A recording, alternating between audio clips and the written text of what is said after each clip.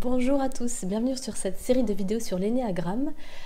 Petites vidéos courtes qui peuvent vous aider à mieux comprendre cet outil qui est très large, très vaste et très subtil, que j'aime beaucoup et dont je me sers beaucoup dans mes accompagnements. Vous avez également des vidéos interviews sur ma chaîne à ce sujet beaucoup plus long et plus complexe.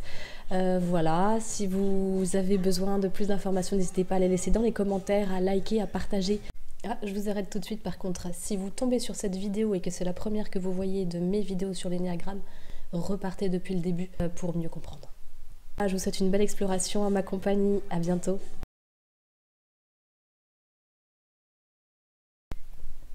Je vais vous parler aujourd'hui du profil 2. Le profil 2 qu'on appelle assez souvent l'altruiste. Moi je vais l'appeler plutôt l'attentionné, enfin il y a plusieurs mots. Ce qui est un petit peu compliqué avec les mots qui définissent les profils, c'est que ça met tout de suite dans des cases et selon notre propre expérience, ça peut engendrer un sentiment soit positif soit négatif, ce qui n'est pas tout à fait juste parce que chaque profil n'est ni positif ni négatif.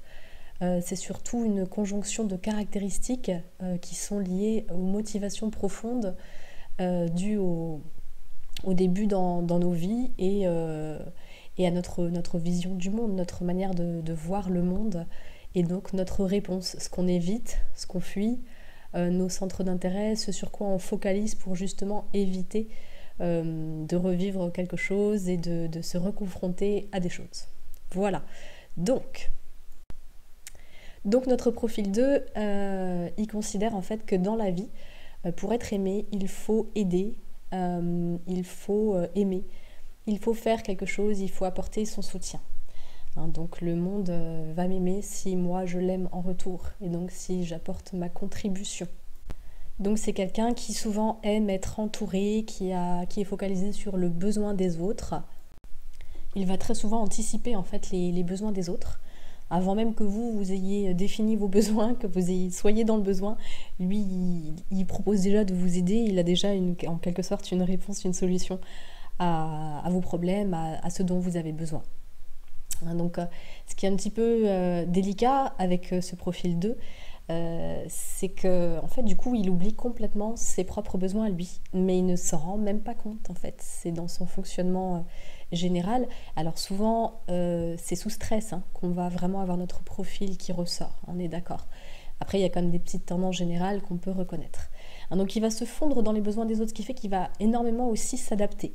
Et c'est quelqu'un qui est souvent assez chaleureux, qui aime le contact et il a assez souvent plutôt du mal avec le fait d'être seul, avec la solitude. Et que ce soit secrètement ou que ce soit de manière affirmée, eh bien, il va souvent être au centre des relations et aimer être au centre des relations. Alors il va du coup souvent avoir recours à la flatterie. Il a besoin d'être aimé, il ne s'en rend pas forcément compte, mais il va avoir pas mal recours à la flatterie, mais du coup il va aussi avoir recours au dédain. Parce que si jamais l'autre en face l'envoie un petit peu dans ses retangements en lui disant écoute c'est gentil mais je m'occupe de mes propres besoins moi-même, ou s'il ne reconnaît pas à quel point lui il peut être utile à l'autre et s'il n'a pas de répondant à ce besoin assez compulsif, même s'il est souvent inconscient, alors là par contre il peut s'emporter et il peut très mal le prendre. Bah oui, parce qu'en fait il ne se rend pas du tout compte qu'il n'est pas toujours conscient que ses décisions sont souvent en rapport avec les autres, en fonction des autres. En fait ce profil 2 dans ses évitements, il a peur de manquer d'amour, il a peur de manquer de reconnaissance, il a peur de manquer en fait. Il a plutôt une blessure d'abandon lui. Il a peur d'être sans valeur, il a peur d'être impuissant. Et ça, c'est vraiment très, très douloureux pour lui. Il a beaucoup besoin d'être dans l'amour, il a besoin d'aimer, il a besoin d'être aimé. C'est souvent assez flagrant. Mais du coup, il aide, il donne beaucoup. Un 2, vous repartez rarement les mains vides de chez lui. Mais c'est vraiment un mécanisme de défense, cette répression des besoins. C'est important de le voir et c'est difficile pour eux de le reconnaître parce qu'ils ont toujours l'impression en fait, que ce qu'ils font, ça part juste du fait qu'ils ont envie d'aider, ils ont envie d'être là, ils ont envie de donner, ça leur paraît logique. Ils ont du mal à reconnaître que c'est pour nourrir leurs propres besoins d'amour et que c'est pour être aimé en retour et donc que c'est pas forcément tout à fait gratuit au fond. C'est un mécanisme assez difficile à voir, à reconnaître. Alors, dans chaque profil, il y a des choses qui sont assez difficiles à reconnaître, hein, puisqu'il y a l'ego qui se met au milieu et l'ego, il aime surtout pas être... il aime avoir raison, il aime pas être pris à défaut. Mais dans la réalité des mécanismes, justement, au-delà de l'ego, c'est bon d'aller regarder, d'aller prendre en compte ces petits détails et ces mécanismes. Pourquoi ? Parce qu'en fait, ils ne nous rendent pas libres. Et c'est le but de mes vidéos, c'est de pouvoir montrer en quoi on fonctionne tous différemment, mais pour le même but, être reconnu, être aimé, hein, tout simplement. Et pourquoi on évite toutes ces choses et pourquoi on focalise sur certaines choses et pourquoi on a cette vision du monde. Mais parfois, c'est un petit peu hard à reconnaître. Ça demande beaucoup d'humilité. Et justement, l'humilité, c'est ce qui est demandé aux deux pour sortir de son orgueil. Oui, parce que c'est l'orgueil, cette compulsion qui se met en place, c'est l'orgueil, parce que finalement, il considère, l'air de rien, que c'est grâce à lui que les autres ont ce dont ils ont besoin. Il a une tendance un petit peu à offrir tout et à vouloir qu'on le reconnaisse, hein, quelque part. Donc derrière, il le montre et il en est assez fier, et ça lui donne cette fierté intérieure, ça le nourrit en fait. Voilà, hein, donc la passion, la compulsion émotionnelle, c'est donc l'orgueil. Et en ce qui concerne la fixation, eh bien, c'est la flatterie, je vous le disais. La flatterie aussi bien que le dédain. Alors le mécanisme, comment il s'est mis en place ? Eh bien, je vais vous donner un exemple, mais ce n'est qu'un exemple. Parce qu'il faut se rappeler que c'est l'interprétation qu'on fait des événements et comment on les vit qui déclenche les mécanismes et non pas les événements eux-mêmes. Les événements, ils veulent rien dire, dans le sens où un même événement peut déclencher chez quelqu'un une blessure de trahison, ou une blessure d'injustice, ou une blessure d'humiliation, ou de rejet, ou d'abandon. Là, en l'occurrence, pour vous montrer un petit peu comment ça peut se mettre en place, eh bien, on va imaginer qu'un petit enfant, dans son enfance, il a vraiment besoin d'un câlin, d'affection, de sentir l'amour de son parent. Et il va demander à son père ou à sa mère, peu importe, il va demander un câlin, il va demander est-ce que tu m'aimes, il va montrer son besoin d'affection. Et le parent, lui, occupé à autre chose, lui dira écoute, tu m'ennuies avec tes questions, tes demandes là, tu veux pas aller me chercher une bière dans le frigo s'il te plaît. Et donc du coup voilà, la personne, le petit enfant plutôt, va aller chercher la bière et puis là il va avoir beaucoup de reconnaissance, beaucoup d'amour. Oh merci, t'es adorable. Voilà. Et là du coup il peut y avoir un sentiment de déduction que quand on soutient, quand on donne, quand on aide, quand on est aidant, soutenant, serviable, attentionné, alors là on récolte l'amour. Vous allez me dire, bah oui, mais ça c'est présent chez tous les profils. Alors que je vous le rappelle une fois de plus, nous avons la potentialité de tous les profils en nous et quand nous ne sommes pas sous stress, effectivement, on est parfaitement habilité à avoir ce genre de comportement et de réaction, tous, hein, nous tous. Le 2, lui, c'est sous stress, ça va être son mécanisme d'avoir besoin comme ça d'être serviable et de donner pour avoir de l'amour en retour, hein, surtout parce que c'est vraiment indispensable et très très important de se sentir aimé et donc de donner et d'aider, sinon on risque de ne pas avoir d'amour. Il croit parfois qu'il connaît mieux les besoins des autres qu'eux-mêmes. Hein. Alors ça par contre, oui, et il peut se fâcher quand c'est mal compris, je vous le disais. Hein. Il peut avoir du mal à supporter la contradiction et il peut être aussi pas mal dans la plainte, le 2. Il peut quand même régulièrement se fâcher. Hein. Donc il est altruiste, il est adorable, il est gentil, serviable, mais il peut aussi se fâcher. Attention, quand ça marche pas dans son sens, vous pouvez l'entendre. Alors il est très dépendant de l'amour, il est très dépendant du regard des autres et d'être au centre de l'attention, mais par contre il se veut indépendant. C'est très important pour lui de se considérer autonome et indépendant. Il veut dépendre de personne. Et il peut se montrer par ailleurs étouffant, hein, puisque ce besoin d'amour, c'est une énergie en fait. Et donc de ce fait, c'est quelqu'un qui peut paraître en tout cas, c'est pas forcément sa volonté, mais il peut paraître assez étouffant à certains moments. Alors par rapport à ce que je viens de vous dire là, vous voyez, à la fois il a besoin de l'autre et à la fois il a besoin d'être libre. Donc parfois ça peut être un vrai conflit d'intérêts et ça peut être une vraie dichotomie et ça peut être compliqué pour lui de négocier avec ces deux énergies-là.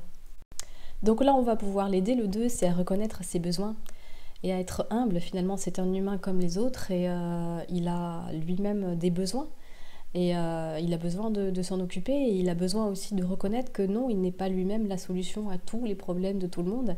Et dans l'idée sacrée, l'idée c'est qu'il puisse reconnaître la liberté de chacun, d'être capable de nourrir ses propres besoins par lui-même et qu'il doit laisser quelque part libre l'autre parce que ça peut être très étouffant justement ce soutien et cette aide et cet amour donné comme ça, c'est justement parfois possessif en fait. Donc l'idée supérieure c'est la liberté sacrée on peut dire, et la vertu c'est l'humanité et l'humilité. L'idée c'est qu'il puisse aussi avoir accès à plus d'authenticité dans le sens où là où il se voit être... là où on le voit être dans la flatterie ou dans le dédain, c'est pouvoir éventuellement peut-être lui faire remarquer gentiment, mais qu'il peut être finalement authentique. Il n'a pas besoin de s'adapter à l'autre à ce point pour être aimé. Il peut tout simplement être aimé par lui-même, sans avoir besoin absolument d'aider tout le temps et d'anticiper les besoins. Si lui, il apprend à reconnaître ses besoins, il n'en sera que finalement plus aidant, puisqu'il sera moins étouffant avec les autres. Ah oui, il peut aussi bien garder cette chaleur humaine. C'est quelqu'un avec qui on est bien, souvent le 2. Hein. C'est quelqu'un de chaleureux, c'est quelqu'un de jovial. Et quand on retire tout ce côté exacerbé, exagéré, c'est vrai que c'est un vrai bonheur de passer du temps avec un 2. Voilà, donc en s'occupant de ses besoins, il a beaucoup à offrir au monde, autre que le soutien adapté à l'autre. Et ça peut être un vrai atout. Ça peut aussi l'aider à sortir de la séduction, parce que le 2 aussi, parfois, il passe par la séduction. Il peut être aidant au niveau intellect, il peut être aidant au niveau émotionnel, il peut être aidant, voilà, il peut être aussi très séducteur, puisqu'il a besoin d'amour aussi dans un sens plus physique.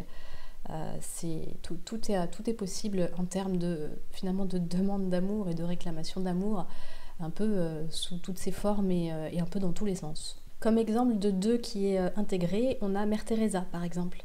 Mère Teresa, elle est dans le don, mais elle n'attend... En tout cas, ça se sent appris à ne pas attendre en retour. Finalement, c'est un don pur, un don vraiment attentionné. Voilà, donc l'idée, c'est qu'il apprenne à reconnaître ses besoins, à moins envahir, à moins en faire trop, à accepter l'idée d'être seul, parfois, à éviter de tomber dans le déni, à ne pas forcément vouloir être indispensable. Je ne vous l'ai pas dit au début, mais c'est un centre émotionnel, donc système de défense qui l'incite à se faire aimer à tout prix, très dans l'empathie, sensible aux émotions des autres. Voilà, donc il met l'autre dans l'incapacité à refuser l'aide ou le cadeau qui lui est proposé. Souvent, c'est ça ce qui se passe, c'est que l'autre se sent presque dans l'impossibilité de dire non. Alors, ces ailes vont pouvoir l'aider. Il a une aile en 1, donc qui va lui permettre un peu plus de rigueur, plus de sérieux aussi. Il pourra servir une cause sociétale grâce à ça, grâce à cette rigueur, cette morale. Et en 3, ça va lui permettre d'être, en étant plus centré sur lui-même, il peut mettre en place finalement, il peut mettre tout en œuvre pour offrir pleine satisfaction. Voilà, cette détermination, cette concentration sur les objectifs qu'apporte le 3. Le professionnalisme du 1 et la réussite personnelle du 3, ça va beaucoup l'aider. Il peut puiser dans ces ailes-là qu'il a, entre guillemets, avec lui. Et aussi, on va pouvoir trouver en intégration avec les 2 flèches, l'intégration en 4, donc il va pouvoir apprendre à s'observer et à apprécier sa singularité. Le 4, voilà, c'est le côté unique, le côté original. Il va pouvoir accepter ses émotions et mieux les apprécier grâce au 4 aussi, puisque le 4 il est connecté vraiment à son émotionnel, son propre émotionnel, donc pas être connecté à lui-même et à être plus authentique du coup, et puis exprimer sa créativité, sa sensibilité. Et en ce qui concerne la flèche en 8, il va pouvoir se servir de la force, de la puissance et du courage du 8 pour justement s'aider dans sa singularité à s'imposer, à être moins finalement... l'altruisme c'est bien, mais s'affirmer dans sa propre puissance, c'est important aussi. Il a besoin de ça pour se ressourcer, pour se rehausser lui-même et être moins en dépendance finalement de cet amour. Il est courageux, puissant en lui-même. Voilà pour le profil 2. Si vous avez des questions, n'hésitez pas à les poser en commentaire. Vous pouvez compléter cette approche avec tout ce qui est précisé par Stéphane Roussel dans les interviews que j'ai faites ou d'autres vidéos qui peuvent être très intéressantes, notamment Jordi Turc que j'aime beaucoup. Donc Stéphane Roussel, il y a également des vidéos de Daniel Morel qui sont géniales et puis Nico Pen. Voilà, entre autres. À très bientôt. Au revoir.